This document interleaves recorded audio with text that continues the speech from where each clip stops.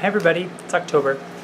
So I wanted to sit and talk to you about an article that I recently wrote for Pathos, and also kind of a little bit of extra stuff that I didn't talk about in the article.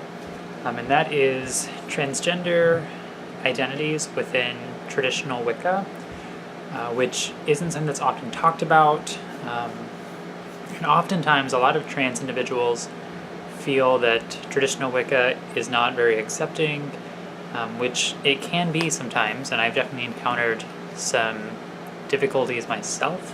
So just wanted to go through some of the things that you might experience or some of the misconceptions that you might have about what it means to be trans in Wicca. So in the article, one of the things that I touched on specifically is different traditions and how those different traditions deal with transgender identities. So in my tradition, in Bluestar Wicca, we, and I say we, I'm referring to my specific people that I interact with in Bluestar.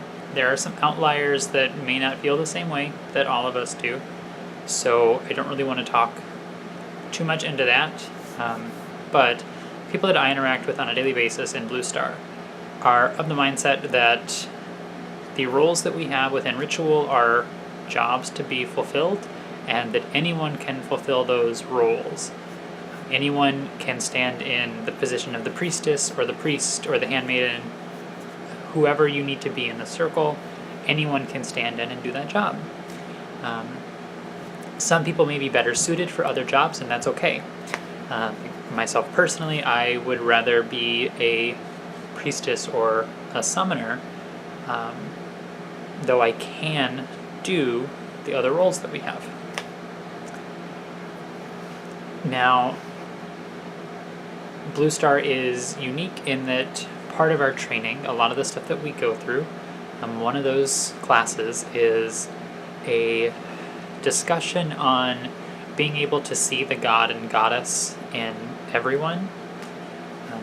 Some people may only teach it as seeing the god in every man and the goddess in every woman. But when I've been taught, I've had 3 teachers so far, 2 teachers currently co-teaching, 1 previous teacher.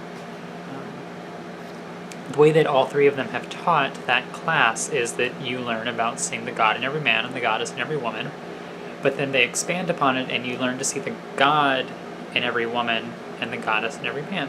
That's just how it works. That's the easiest way to do it. It's the best way, in my opinion, to learn that class because you get a lot of experience in seeing divinity in everyone. But you also learn to identify the energies of those particular things in everyone else. So while you may not think that everyone may have masculine or feminine energies, they certainly do.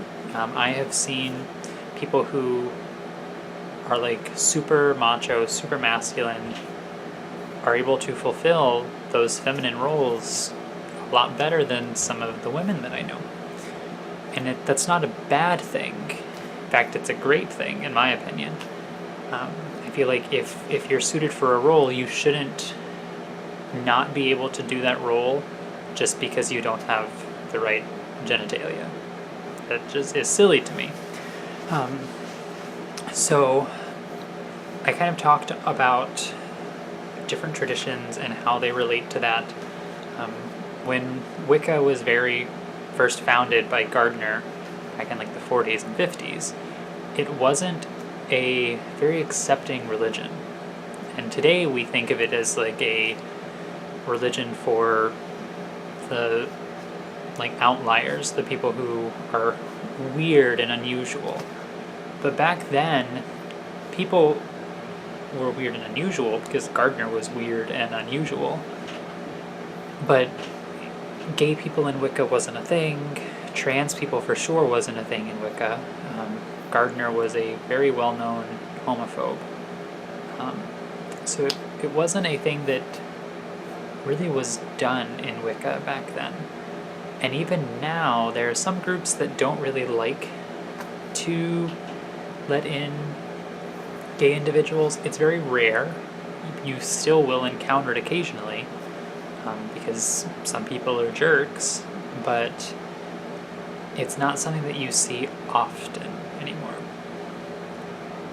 However, trans individuals in Wicca is where it gets a little bit more different, because there's this idea of cross-sex initiation in Wicca, where when you're being initiated into a lineaged traditional Wiccan tradition. I state that specifically because not everyone practices the way that I practice, or the way that Gardnerians or Alexandrians practice, or any other lineaged craft practices. So a lot of groups, when you get initiated, do cross-sex initiations. So someone who identifies as a man is initiating someone who identifies as a woman, and someone who identifies as a woman is initiating someone who identifies as a man, and so on. But when you're trans and you identify as a woman, you technically would be initiated by a woman, because they treat you as if you were male, which is silly and wrong, and some groups may not even allow you to be initiated at all. That's just how it is sometimes. Thankfully within Bluestar, we don't, well, I say we again, people that I interact with don't really care that much about cross-sex initiation. Same-sex initiation is still perfectly valid. And a lot of other traditions are now getting around to that. Chthonoi Alexandrian is my prime example. I know a few people in that tradition, and they accept as valid same-sex initiations, as we should, because it's silly that you are going to deny someone entry into this tradition just because of their gender, but it happens. Another kind of weird thing that happens within Wicca is, that I didn't touch about in my article, is the idea of drawing down. So I say drawing down the moon, which is spiritual trance possession. Some people may not treat it as trance possession, that's totally fine. In Bluestar, when we refer to drawing down, it is specifically trance possession. You are lending your body to a deity for them to speak through. I've experienced this as a witness many, many times, and I have experienced people drawing deities of opposite genders into their body. It works. The gods oftentimes don't really care.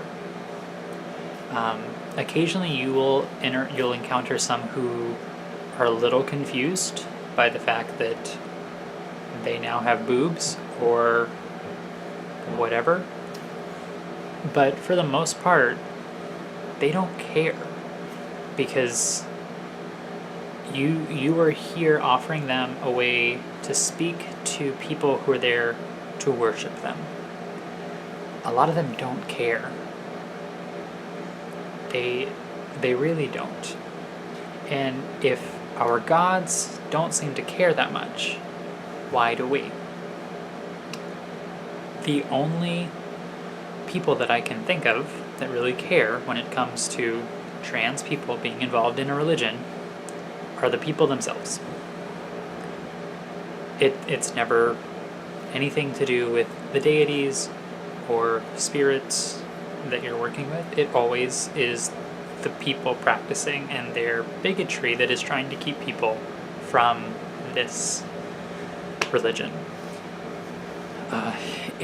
It's one that bothers me personally, since I identify as trans, and I've encountered some issues more than once in paganism and Wicca.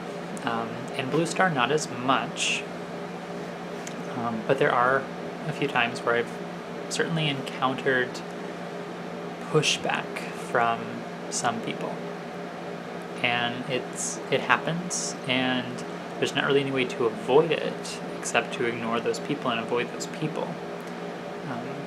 Thankfully, my teachers are great and will often stand up for me and other LGBTQIA people in our tradition and in Wicca and paganism at large, which is wonderful. And I have a lot of friends who are also in that LGBTQIA rainbow spectrum, and we look out for each other. We treat each other as a tribe and just make sure that queer people are accepted in our tradition. And we work very hard to make sure that that stays that way, because if you don't evolve, you're going to fade out. If you don't stay relevant, you're going to fade away. And we want the tradition to last. We want it to prosper. We want it to grow. And it just can't do that if we exclude queer people. The same goes for other traditions. If you start excluding queer people who are predominantly more and more coming to these religions, and more people in these religions are coming to realize that they might be queer, how is your religion ever going to grow? How is your tradition going to grow? Your coven, your grove? It makes no sense. And I know a lot of people who have left traditional initiatory lineaged craft because they didn't feel welcomed. And that's just really sad. But it's sometimes the truth, and that really sucks. But I'm really glad that it's starting to get better.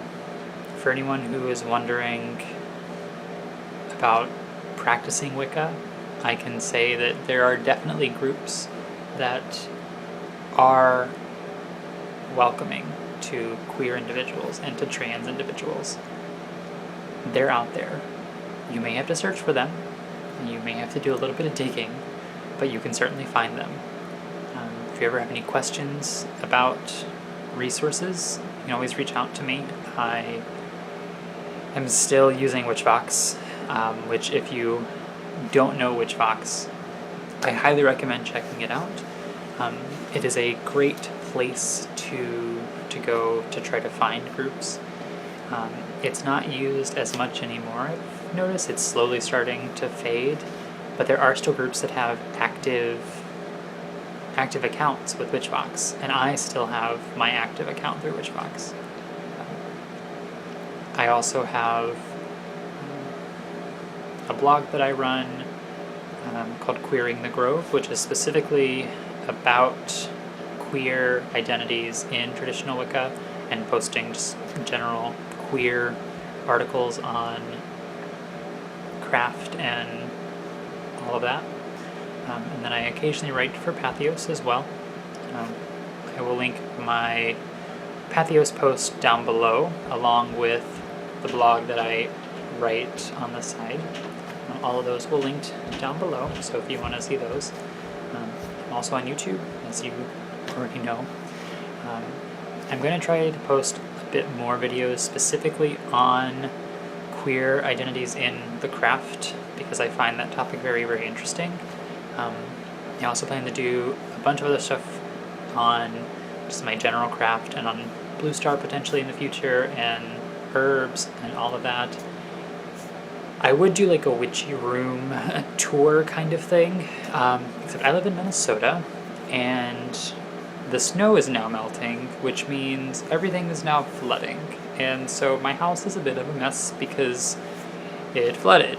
Not bad, but it flooded. So, great. But I will do like a tour on all my herbs and my books and kind of my just general witchy cabinet once I have a bit of time.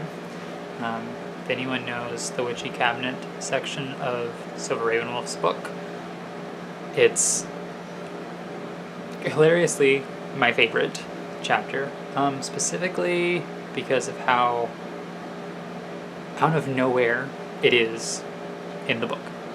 It's like at the beginning of the book. But whatever. Another story on books and why I like all the books that I enjoy. So yeah, trans identities in Wicca, they can happen. They're valid. You're valid. If you have any questions, let me know. If you have any ideas of videos you would like to see, also let me know. And don't forget to subscribe. And until next time, it's October. I'll see you again later. Bye.